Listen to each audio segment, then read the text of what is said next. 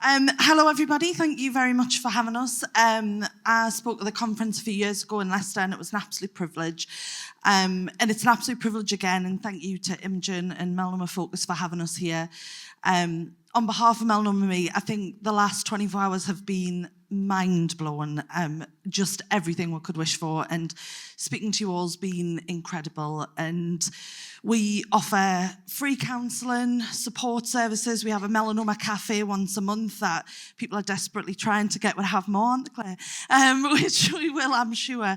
And if you haven't had a chance to speak to her, we will be there at the end, so please do come and have a chat. We're very friendly and we give good hugs. So I've got the absolute pleasure of coming on and speaking to one of my very favourite people, which is one of my lovely client, Joanne, who's going to tell us a little bit about her story with melanoma. And we just want to do it a bit more casually in this setting so that you can kind of hear her story, and I'm sure so many of you will relate to it. So I'm going to get me best interviewing skills on and chat with Joanne. So do you want to introduce yourself, if that's okay, and tell us a little bit about you and a little bit about your family? Well, is it on? There you go. Try and speak. Is it on now? Yeah. So my name's Joanne. I'm 45 years old.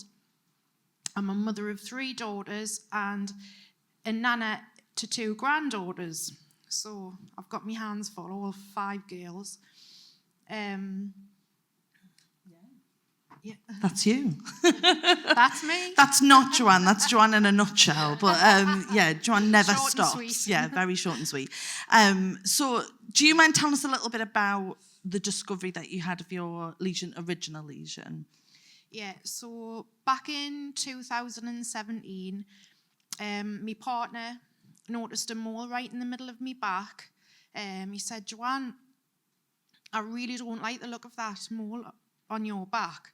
You need to get it checked out. And I just thought, oh, don't be daft, man. Like, it's just a mole. Don't worry about it. A few months later, he was like, no, you really need to go and get that checked out. So went to the doctors, got an appointment, went in. Oh, it's fine, absolutely nothing to worry about it. You're all right. I was like, right, go home. See, I tell you, there was nothing to worry about. I've wasted my time. And then about 6 to 8 months after that, he got on my case again. He was like, you really need to go back about that mole. We had a bit argument about it because I was like adamant, no, the doctors know what they're talking about.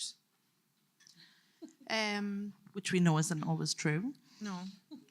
And then he was adders and adders, so went back again. That definitely looks, I'm 99% sure that's a seborrheic keratosis. I'll put you on the minor surgery waiting list, but there's a 6-month waiting time for it. And I was like, yeah, that's fine. No, it's not a problem. Went home and then didn't give it a second thought. Then I started noticing little specks of blood on the back of my tops when I was getting undressed. And I just thought, oh, it must be catching on the back. And again, never thought anything of it. And then it was getting more and more. And then it come to appointment day. I went along and I was talking to the doctor. And I took my top off and I turned around and he just went quiet. Nothing, said nothing. And he said, Joanne, can you put your top back on, please, and turn around? And I turned around. He said, I'm really sorry, I can't take that off for you today. I'm going to make you an urgent referral to dermatology at the RVI at Newcastle, and you're going to have to go over to there and you'll be seeing them really soon. But I could tell by his reaction and his face that there was something wrong, like really wrong. And I was like, right, okay, but I didn't really know anything at all about melanoma. I'd never come across it before. I never knew anybody who'd had it, so I knew nothing. And sure enough, a couple of days later, I got a phone call. They made us an appointment, and I went over. Went into the room, and again, the dermatologist came in. I was telling her what had gone on. I lifted my top up and nothing. She said nothing again. And I thought, aye, this is bad news, this. And she said, we're going to have to take that off today. But we want to take some pictures first. So she sent us off for photographs. I came back and they took us straight into a little room. They took it off there and then. It was just a tiny little scar, had about 4 stitches. I still wasn't really overly concerned because I wasn't sure. Them didn't seem overly concerned, but something wasn't right, but I wasn't sure. And then I went home. And then about 4 days later, I got a phone call asking us to go in and not to go in by myself, to take my partner in with us. And I thought, that's never happened before. That's a bit strange.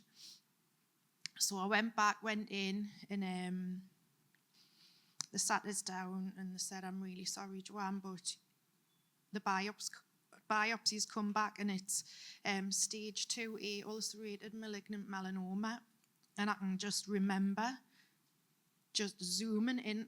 He just got me full attention. And I zoomed into his face and he was explaining stuff and I'm just sitting listening and I'm nodding. I turned and looked at my partner. He's in tears and I'm thinking, why is he crying? And I looked back at the doctor and I'm going, and I'm... Do you think he didn't understand what it like? Did you take it in what it was? I think I was in shock. Yeah. And I just needed to be in shock. And I couldn't be bothered with him crying. I felt like doofing him on. I found it highly irritating. Yeah. So he was upset, and I just got really angry for some reason. I don't know why. And then as soon as the doctor finished, he said, "Have you got any questions?" I went, "So what happens next?" That was me all the way through it. I just wanted to know what was next. I wanted to get it out of the way so I could get on with it. That said, you need to come in for more surgery, wide local excision, because it's in the middle of your back. We don't know where it's draining to. So we could be taking lymph nodes out of one or both of your armpits. I was like, right, okay. And the surgery didn't bother us at all because the original biopsy was so small. I don't know why, but I thought that's what the next surgery was going to be. Like little... Did you feel like it was a lack of preparation, like you weren't prepared enough for what was about to come? Exactly, because I'd never seen it before, I'd never been around it, I didn't know what to expect. So, goes home, had to sit my mum and the kids down, sit and tell them what had happened. They were all devastated again. I was like really irritated by them. I was like, why are you crying on? Like, it's happening to me, not you. I was just going to say, did it feel like this is my thing? Like, selfish gets. Do you know what I mean? How dare they cry? You're not crying, so why should they? Exactly. So, so a couple of weeks passed. I went for a scan, and they found that it was draining to both armpits. So I had to have lymph node removal out of both sides and the wide local down the middle. So I went in for the surgery and I woke up, which was supposed to be day surgery. I was told, you're going to be in and out for the day, for a day. My partner only took a few days off work, expecting it to not be much. And I had the surgery, and when I woke up, both my arms were propped up either side of us and I couldn't move. I was in excruciating pain. And I can remember I was really drugged off all the stuff they'd given us. And I was lying there and I started vomiting and I couldn't get up to sort myself out. I was just lying there like repeatedly vomiting on myself, and it was just all fluid. And the nurse come in and she was like, "If you would like to get dressed, you can go home now." And I just went, ah! I just burst into tears, literally cried my eyes out. And I'm like, ah! I couldn't even get a tissue and out. And that's what I was not expecting. That was really, really traumatic for us because I'm so independent and I do everything for myself. And for to go from being completely able-bodied to just being trapped in a bed, not being able to move, was horrible for us. And I guess not knowing, because nobody told you that, you didn't know whether that was permanent, whether that was temporary, you know, what that meant for you, I guess, as well. Well, exactly. I was just absolute. It was as if I'd saved me tears up just for that moment because it all came out then. The nurse ran out of the room. She was like, she must have thought, oh, what have I done?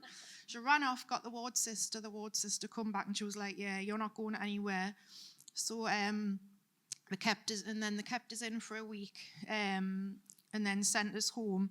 But when I went home, I needed like around the clock care because I was in so much pain, and the tightness across me back from this armpit right across me back to this armpit, I couldn't use my arms.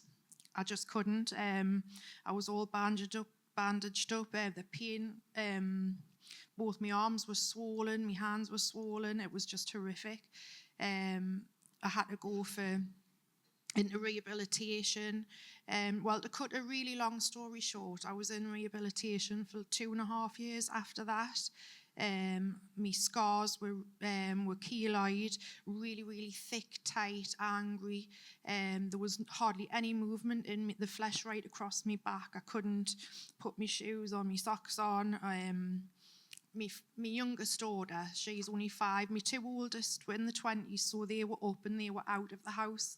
And I had a 5-year-old, and she would get up on a morning and put me clothes over my feet so I could reach them to pull them up. She basically became my carer at 5-year-old, and that was just so I could get ready to take her to school. Which must have been like ridiculously hard on top of having to deal with everything else, watching her doing that as well. It was that first year, initially after my surgery, it was absolutely horrific. It was awful on the kids. Never did I ever think my little kids would be looking after me. Never did I think that. So that first year, it was just awful. I felt so alone. Nobody understood because everybody around you moves on. They get back to work. They start living as normal, and time gets on. But for me, I was just stuck in the house with this body that I hated because it didn't work and it wouldn't do what I wanted it to do anymore. And I was majorly depressed. I couldn't do anything with the Ben without only being little. It sent us stir crazy. And then one day at hospital, I seen this little card in the leaflet rack, and I picked it up, and it was a little a card from Melanoma Me with offering counselling and stuff. I thought, I'm going to put that in my bag, because I knew I needed help, but I just didn't know where to source it. I'd never been offered it by anyone. I didn't know where to turn to in that respect. So a few weeks later, I sent them a message, and that first initial message was the start of me turning everything around. And I think you are a shining example of that. And I'm conscious that I know we haven't got a lot of time to go into too much detail, but do you want to quickly tell everyone what happened a few years later when you were at the foundation? And Joanne's like part of the furniture. Like people think she works there. I literally thought she worked there the first time I ever met her. So my first ever counselling client, and I came in the kitchen going, oh my God, it was the first client I've ever had. And then Kerry said, oh, I've got a new client for you. It's Joanne who you met. And I was like, that was a client. Oh my God. I thought she worked there. But you're part of the furniture. Joanne's there. She supports everybody. And then you had another lesion, didn't you? Yeah. So 2 years ago, I was at one of the weekly group sessions that we have over at the foundation, and it was in the middle of the summer, and I just had a t-shirt on, and Kerry, the founder of Melanoma Me, she noticed them all on the back of my arm, which I can't see the back of my arm, so I had no idea it was there. And she went, I don't like the look of that. Have you shown your consultant that? I was like, well, I haven't, but he sees it every time I go into, when he's looking at my scar and stuff. So I, again, wasn't too worried about it. And then she'd seen it again a few weeks later. She was like, have you seen your consultant? And I was like, right, I'll definitely tell him when I go in. I pointed it out. He was like, you know what? He went, I think that's fine. He went, I don't think there's anything to worry about, but because you've pointed it out, we'll just take it off anyway, just in case. And sure enough, it came back stage 1, and I nearly passed out. Yeah, and I remember that was a really hard time because we'd spent weeks going, it's fine, like it's probably nothing, and then to get that news was a big shock. And I kind of, what I'd love you to share is what you would love to say to somebody who is going through this journey. Maybe there's people in here that are newly diagnosed or that have never had support, and what would you say to them about accessing support and on their journey? Just reach out. Don't suffer alone. Don't try and get through it on your own, because there is access to help. You've just got to, like, I'm stubborn. It took me a long time to reach out because I didn't like the word charity. Like, charity, oh, that's not for me. I didn't like the thought of it. But actually, it's not about that at all, is it? It's about accessing the help, the emotional support you need to get through all these times, like the anxiety now. So when I went in for my surgery for the stage 1, I didn't realise how traumatic it was the first time round, because the second time, the thought of having another wide local excision, I couldn't cope with it. I didn't know what to expect. Like, I was like, oh, is that going to happen again? Am I going to, like, wake up and not being able to use my arm again and stuff? That didn't happen. The second one was a lot smaller. Like, it didn't affect the use of my arm at all. So it was much easier, but it was really tough to go through, just the thought of having surgery again. I've had 13 surgeries altogether now, and it gets harder every time. It doesn't get easier. And it isn't necessarily the surgery, as you're saying, it's the thought of that, isn't it? Like the fear of it. Mm-hmm. And I think, well, I think you're amazing, and we're all very, very appreciative to have you as part of our melanoma family. And thank you for sharing. I know that's not an easy thing to share. But yeah, Joanne is incredible, and she will continue to support everybody. Whoever walks through our doors, Joanne takes them under her wing. So yeah, thank you to Joanne for sharing her story. So come and give Joanne a big, massive round of applause, please. Thank you. Thank you. So I'm just going to pass over. We're going to stay here, I think, and be part of it, if that's okay with you. But I'm going to pass over to Shelley, who we know as Shelley Magic. Is this on? Am I working? That's good. Good afternoon, everyone. I'm only going to keep you literally a handful more minutes because probably going to get hoofed and swept off the stage anyway. I am Shelley. I am a trustee of Melanoma Me. I am also a group facilitator, and I come in and we just do magic, don't we? I think is the best way to put it. We do holistic therapies on a one-to-one basis, not necessarily in group. That would be slightly weird. And our groups are focused on helping people, I guess, manage those uncomfortable, I think uncomfortable's putting it very mildly, thoughts and feelings, and helping, I guess from my point of view, helping people understand that it all starts with those thoughts. And if there's a way that we can get out ahead of our thoughts, if there's a way that we can stop the momentum of that spiral of negative thought when we are faced with really challenging situations, then that's what we're going to do. And we do it through mindfulness. We do it through meditation. I take them on some lovely visual adventures to float and do wonderful, wonderful things.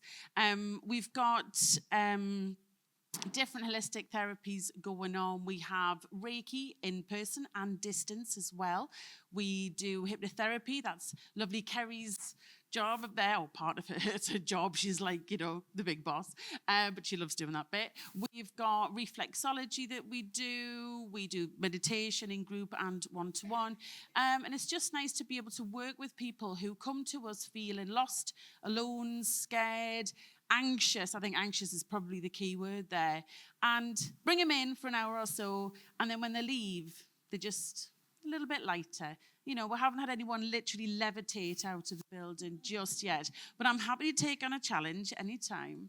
So as I say, we do this distance, and we do it in person as well. And one of the projects we're working on at the moment, that should be up sometime really soon, is to get our online meditation library up and out, so that our service users, be they near, be they far, they can plug in, put us in their ears, and listen to my dulcet tones, take them on a lovely escape out of their thoughts. But we're about to get swept off the stage, so we will say goodbye. But have a lovely rest of your afternoon, everybody. Drive safe. Lots of love and blessings to you all. Thank you.